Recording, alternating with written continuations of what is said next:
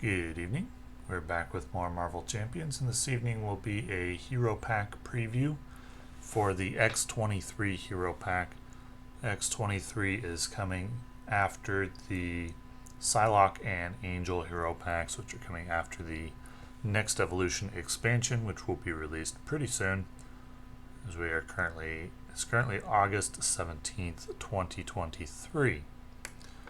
So, as I usually do, I'll go over a little bit of what I'm looking for in a hero and also give the disclaimer that I will try as much as possible to give an honest opinion of these hero packs without hype.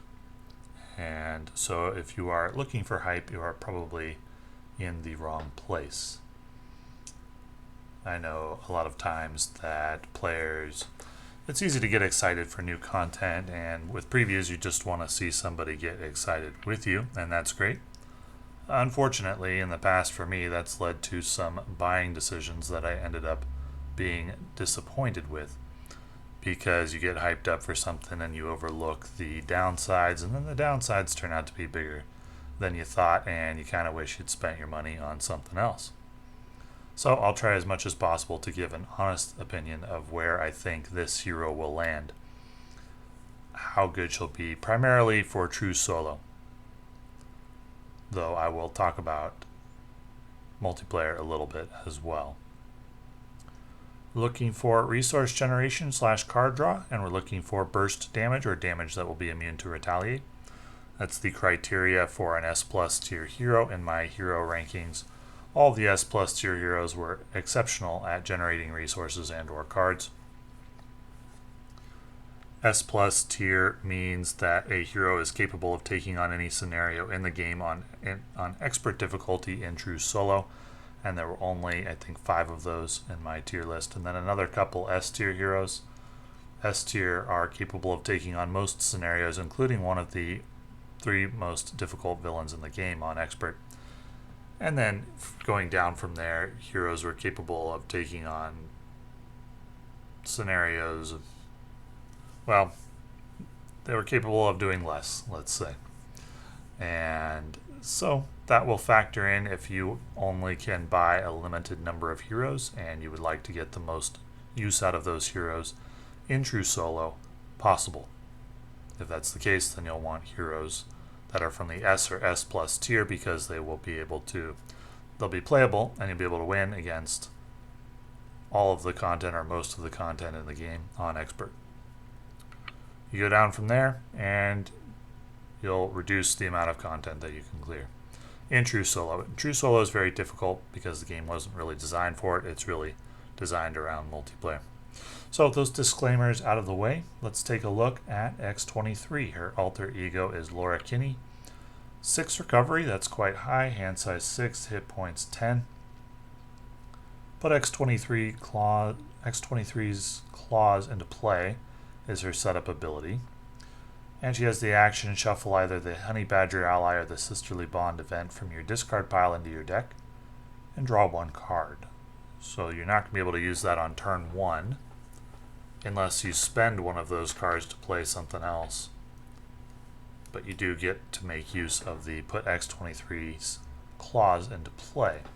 That's a pretty high recovery. Probably this hero's meant to be somewhat similar to Wolverine, but let's take a look at her hero side. X-23 has 2/1/2 in stats, and the response after X-23 takes any amount of damage ready her once per phase. Hand size 5, hit points 10.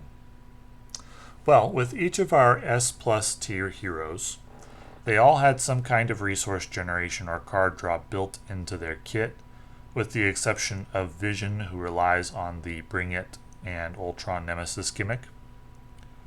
But the others all rely on, for a big portion of their strength, having resource generation or card draw built into their kit.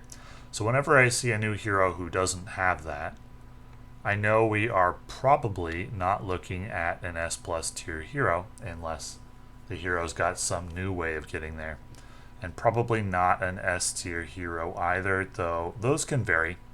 Ant-Man, Captain Marvel, they were S tier, and they didn't require having the resource generation built in, well, although Captain Marvel did have it in her alter ego. But Captain Marvel had her exceptional burst damage, and Ant-Man had his army of ants, which gets around retaliate. So right away, X-23, I'm thinking will top out at A, best case scenario, but that's with only seeing the hero. And the alter ego, you'll probably be able to take advantage of her readying most rounds, but with hit points 10, you won't want her to tank a lot of damage. So if you use her to tank a boss attack, she's going to run out of hit points in a hurry, and then you're going to have to stop readying her. But let's see what else her kit can do, and then we'll pass judgment on this hero power later. X-23's Claws, it's a permanent upgrade. Exhaust X-23's Claws and take 2 damage. Okay, so that allows you to ready. X-23 gets +2 attack until the end of the round. So she can do 6 damage each round.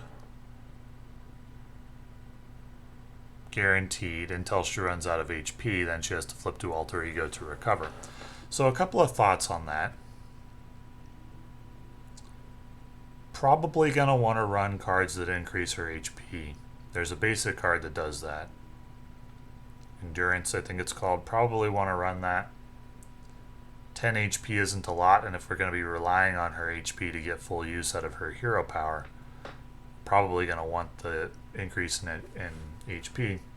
Exhausting every round for +2 attack is good. We're going to run out of HP very quickly, though, if we're using her claws and tanking a boss attack every round. Interesting. Relying on basic attacks for a lot of damage isn't very good against retaliate villains. In fact, it's pretty bad against retaliate villains, because then you really run out of HP in a hurry. Well, let's take a look at her hero kit. Honey Badger, a 2-cost ally with 1 thwart, 1 attack, and 2 health. After Honey Badger takes any amount of damage, ready X-23, so you can do that twice. So that enables the claws to boost her up to 3, and then you can attack 3 times per turn if Honey Badger's out. That's quite good, though the retaliate's going to stack up against certain scenarios. Honey Badger also seems like a card that's going to want more HP, which is interesting. I'm curious to see where they go with this kit. So just without any buffs or anything like that, how good is Honey Badger? Pretty good. She's really good. So the typical way that you will use her is you'll play her, you'll attack for 1, you'll ready up X-23, probably at a time when you've given her +2 attack already with her claws. So you'll get 3 damage there, she'll get 4 damage plus a chump block. And then when you chump block and Honey Badger takes damage, you can ready X-23 again. It's very, very strong. One of the best hero-specific allies in the game. Really, really good ally when used in the optimal manner. And if you can't use X-23's claws because you're low on HP, then Honey Badger's effectiveness is greatly reduced. But when you can, she's one of the best allies in the game. Claw Mastery, 1-cost event, max 1 per round. Until the end of the round, X-23 gets +2 attack, and her attacks gain overkill while Honey Badger is in play. So if you use this on a Honey Badger turn, then you're attacking for 5 3 times. That's pretty good. So you get, if you are using just a standard X-23 turn, you'll get 4 damage for 1 cost if you have X-23's ability available. That's strong. Well, it's reasonable. If you can get 6 because you've got a Honey Badger in play and you can ready X-23, or you have other ways to ready X-23, and you may want to play other ways to ready X-23. Typically, readying cards are not very efficient, but if you're buffing X-23 up to 5 attack or more, it will be efficient.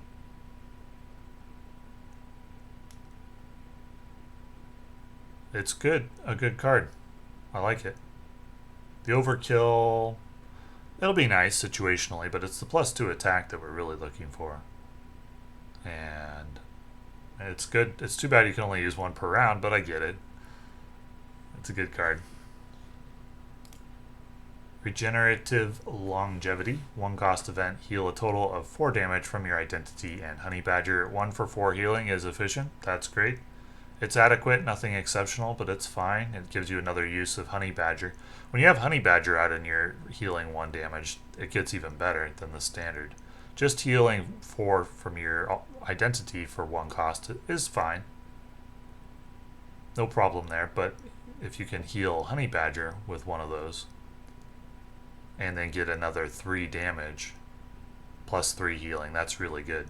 These events are looking quite strong. They're looking like good value. They're not looking like good. We haven't seen good burst damage, though. Attacking for 5 twice is what we've seen as like the ceiling for X-23, or 3 times, and you're going to take a lot of damage to do that. So let's say you use the claws for 2 damage and then you attack 3 times against a villain with retaliate. You've just taken 5 damage. Really all you have left is like one defense against a boss attack, and then you're looking to flip and heal. So I harp on this retaliate thing because a lot of the most difficult villains in the game have retaliate.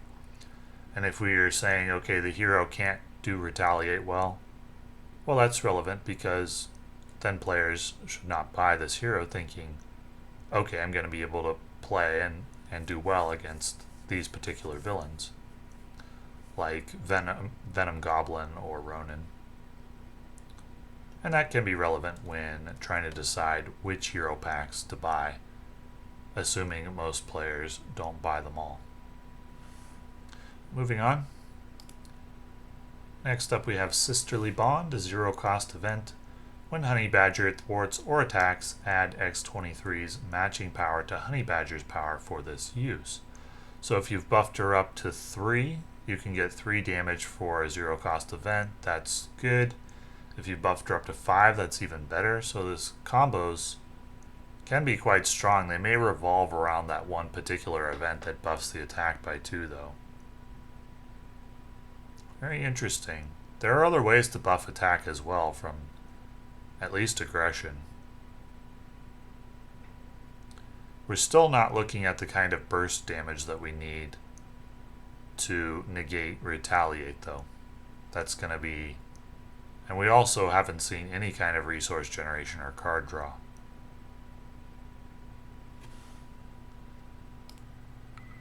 Next up we have Sisterhood, 2 cost support. Exhaust Sisterhood and discard an X-23 card from your hand. Search your deck and discard pile for Honey Badger and add her to your hand. Okay, well, Honey Badger is a very important card to the kit, so this makes sense. Once you get out Sisterhood, be able to go get Honey Badger at will. You don't get a lot for this right away, though. And with cards that you don't get a lot for right away, you need to generate extra resources or draw extra cards in order to justify playing them, because typically, especially on higher difficulty, you need to use all of your resources that you have available by default, which is typically the standard 5 in your hand. You need to use all of those to deal with whatever the villain has done this round. And that means that you need to get something for the cards that you play right away. This card, you don't get anything for it right away. Over time you do, because you can replay Honey Badger, but immediately you don't. Now you can use it to get Honey Badger immediately, but then you have to spend 2 more resources to play her, which would make it in the moment like a 4 resource cost Honey Badger, plus a discard of an X-23 card. So let's see, you spend, so you have 5 in hand, you spend 2 for Sisterhood, that leaves you with 2 remaining in hand. Then you have to discard one of those to grab Honey Badger, that leaves you with 1 card and then Honey Badger in your hand, so you can't even play her on the turn that you play Sisterhood unless you have additional resources or cards drawn. So it's a slow card, but it's a good card and it's probably necessary for her kit. And then we have Pain Tolerance, which is a 2-cost upgrade after you play an X-23 card, including this one. Heal 1 damage from your identity, so another slow card, but it helps with that HP loss. So all you get for your 2 resources immediately is 1 in healing. Over time you get a lot for this, but you don't get a lot for it right away. We still haven't seen any resource generation or card draw from this hero. But now we got Grim Resolve, a 1-cost upgrade, exhaust this card and take 1 damage, generate a wild resource. Well, that's identical to Clarity of Purpose, right? Typically, you would expect the hero-specific cards to be better than the aspect cards that do something similar. In almost every situation, that's the case. But not this one. The only difference between this and Clarity of Purpose is that Clarity of Purpose says attached to a character, max 1 per character. That's functionally not different. That's very interesting. So it's just exactly identical to Clarity of Purpose, almost exactly identical. I would expect, since it's a hero-specific card, that it would be free, a 0-cost upgrade. But anyway, as far as resource generation goes, this is the bare minimum that you need. Most heroes that only generate 1 extra resource or draw 1 card, well, most heroes that only generate 1 extra resource fall in the C tier. Though if they have really good damage, they may fall in the B tier. But that's... or even A if they're really, really strong in damage. Is that it for X-23's kit? Nope, we got Puncture Wound, a 0-cost upgrade attached to an enemy that X-23 or Honey Badger attacked this turn. Attached enemy gets -1 attack. After the player phase begins, discard this card and deal 3 damage. Okay, that's decent value for this. Probably get a couple of those. And that's it for her kit. Well, she doesn't have the criteria that we're looking for S plus tier. She relies on her basic attacks. She really, really relies on her basic attacks, and she relies on buffing those attacks and then readying her multiple times. She reminds me of Quicksilver in that regard. And she's also relies on combos to be effective because her basic attack is only 1. I don't think that she's very good. So we look at the things that she can do, the things that typically would make a hero strong, that would get a hero into the B or A tier. She doesn't generate resources or draw cards particularly well. She's got kind of the bare minimum in terms of resource generation. She doesn't have burst damage meaning more than 9 or more per card. She doesn't have damage that's immune to retaliate. On the contrary, she's very vulnerable to retaliate. She doesn't stun or confuse. What she does is you can buff up her attack, then attack 2 or 3 times. And then you probably have to flip to Alter Ego to heal. And that's thematic, But in terms of the overall power, I don't think it's very good. I would say that her max ceiling is probably B tier, maybe A tier, with C tier being the most likely spot that she'll land. Maybe B. C plus B minus. I'll put a hero in the B tier if they're capable of beating Rhino on Heroic 1 difficulty.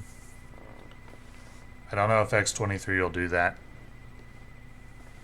She might be a B tier hero. I'd be surprised if she goes any higher than that. She just doesn't really have any of the tools that we're looking for. And she seems like she wants to have players play like a Voltron style with Honey Badger, maybe. The thing is, though, the ally upgrades aren't very efficient.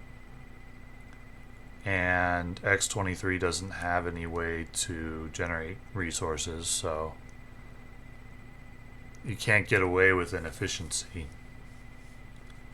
She's going to rely on a lot of relatively small attacks to down bosses, so she'll be bad against Retaliate. Her defensive abilities are nothing to speak of. And because she takes a lot of damage, she's probably going to have to flip to Alter Ego more often than normal in order to take advantage of that recovery. So she could go as low as D tier. D tier is where I put the heroes who have an over-reliance on their Alter Ego in order to make their kit work. And also the 4 hand size heroes. Obviously X-23 is not a 4 hand size hero.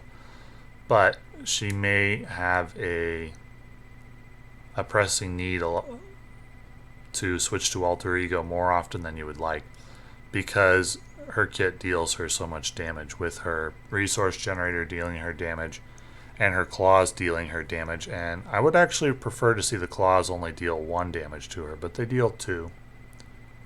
And when you combine that with the resource generator also dealing damage to her, pretty clearly the developers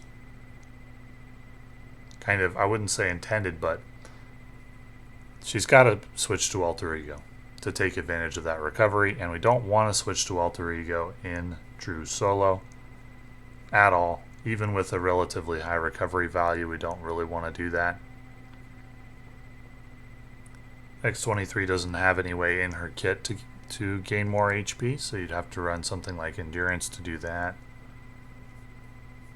And if you run a Voltron style deck, Voltron means where you upgrade 1 ally into something huge. If you did that with Honey Badger, the upgrade cards just aren't very efficient. You could run something like Aggression with her. She doesn't, I wouldn't say take particularly good advantage of Aggression.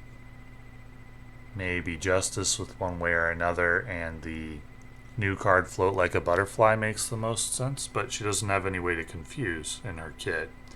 So you'd have to run Ways and Justice to confuse. Still, that might make the most sense to do that. But she does want to switch to Alter Ego, and so the boss would be consuming that confuse charge. I don't think this hero is very good. Ceiling, probably B tier. C, most likely. Could go as low as D. That's my opinion on her. Let's take a look at the aspect cards and the basic cards that have been revealed. First up, we've got Boom Boom, 3 cost ally, 1 thwart, 1 attack, 2 health. Exhaust Boom Boom, add 1 boom counter to her. Then you may discard Boom Boom to deal 1 damage to each enemy for each boom counter on her. That's interesting. So you play her and you just charge her up and charge her up and charge her up, and then she can go off for... I think that's really good. If you play her early and she just sits there all game like charging up and then goes off like a bomb when you need her. Plus you get 1 damage out of her. I think that's really good. It's very interesting, at least. If you get her out early. You don't get a lot for her right away, but... And you can't have her tank an attack, so she's slow, but good.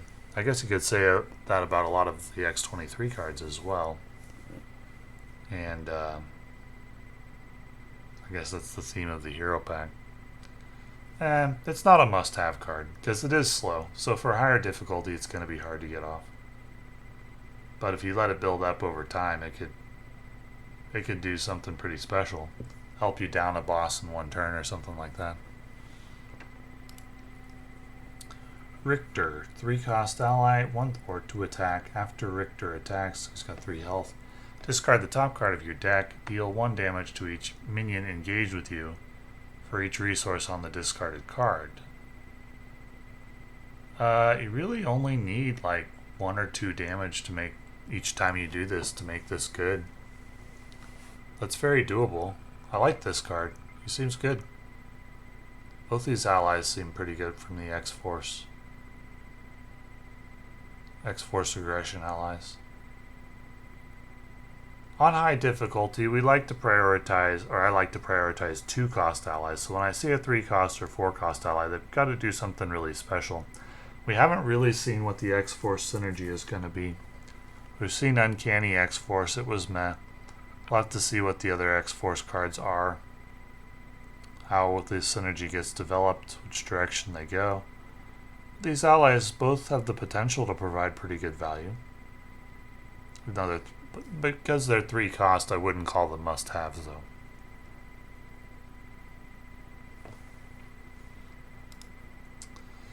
Now I'm mad.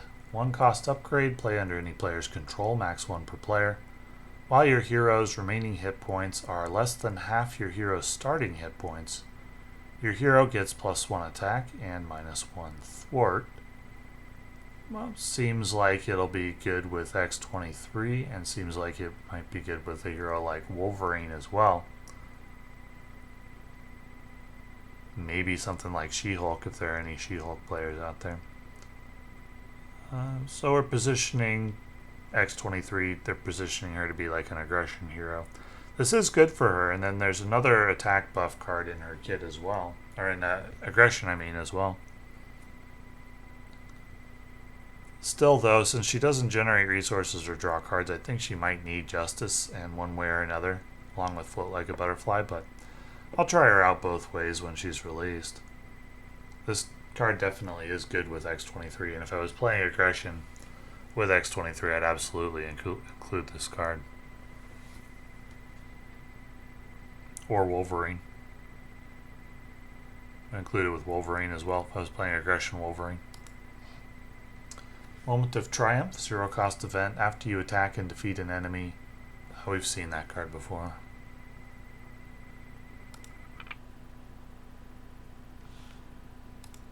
Excess damage turns into healing. Keep them busy. Player side scheme. Costs 1 resource.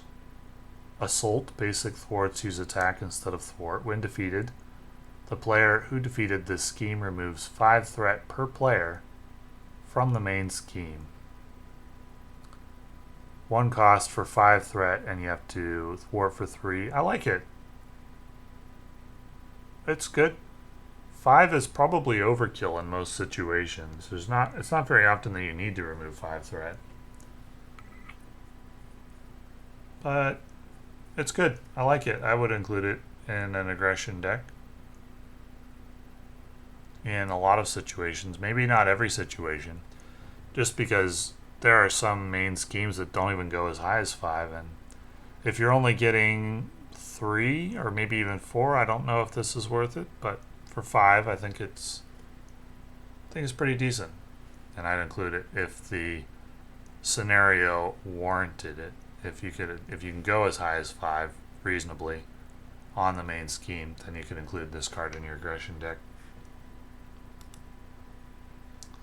The Direct Approach, 1-cost upgrade attached to a non-permanent side scheme, limit 1 per side scheme. Attached scheme gains Assault, basic thwarts use attack instead of thwart. I don't think that's worth a card slot and 1 resource. Yeah, I don't think so. I don't think I would ever want to play this.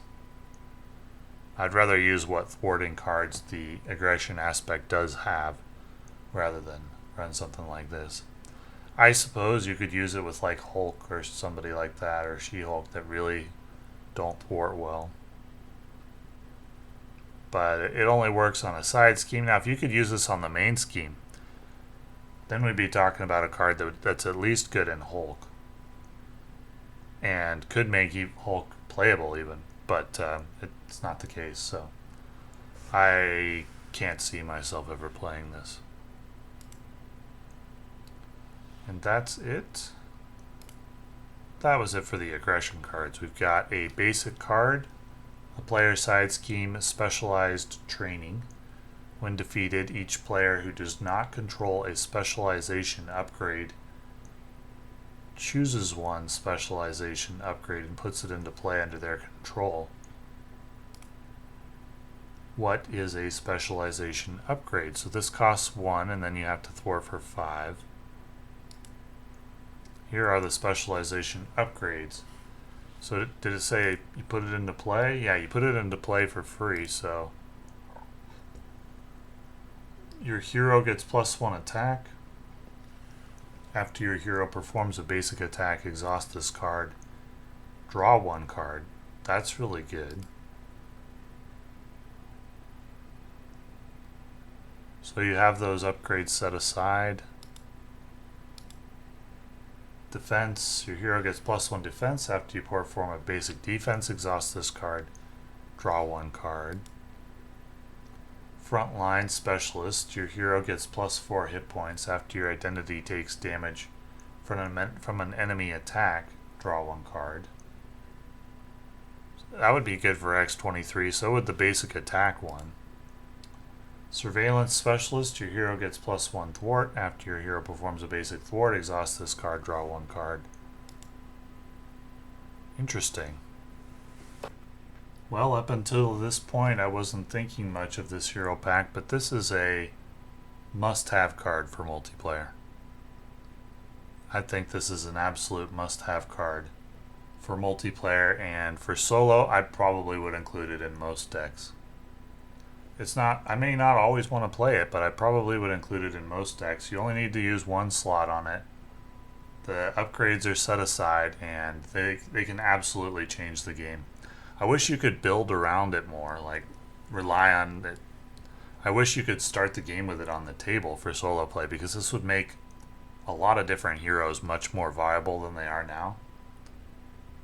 As it is, you could include this in almost any deck, and if you get it early, it'll dramatically change the way the game plays. I don't know that it's necessarily a must-have card for solo play. I think it's really, really strong, though. For me, it is, I think. I would say for me, this card is worth buying the hero pack for. And if you're a multiplayer, if you are primarily a multiplayer player, I would absolutely say this card is worth buying the hero pack for all on its own. That's how strong I think it is. These specialization upgrades, you get 1. It is a lot of thwart, but the card can just sit there until you want to do it. And these benefits, drawing a card, +1 attack. What does that linked trait mean? Oh, it's linked to specialized training. Yeah, the card draw that it adds. I mean, these cards are they as good as Sorcerer Supreme? Any one of these upgrades? Yeah, Sorcerer Supreme draws a card every single round, but some of these will do that. Or close to it.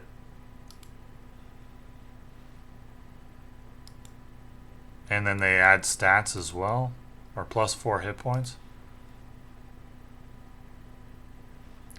I think specialized training is almost as good, if not as good, as Sorcerer Supreme. Probably isn't quite there, but it can be used by anybody and not just a Mystic hero. This card is really, really good. It's worth the cost of admission for this hero pack all on its own. It was probably included in this hero pack because X-23 is on the weaker side, and I wouldn't have recommended buying it if not for this card. But just for this alone, I think this is a really, really strong card. And when you get it early, totally change the way the game plays. Yeah. Really, really good card. So that's X-23. Fairly lackluster hero. Likely in the C tier. Ceiling's B, in my opinion. Floor is D. Most likely C. But got a really, really strong basic card in the kit. A must-have for multiplayer. In my opinion, a must-have for solo as well. Specialized training. Looking forward to that card. So, thank you for watching.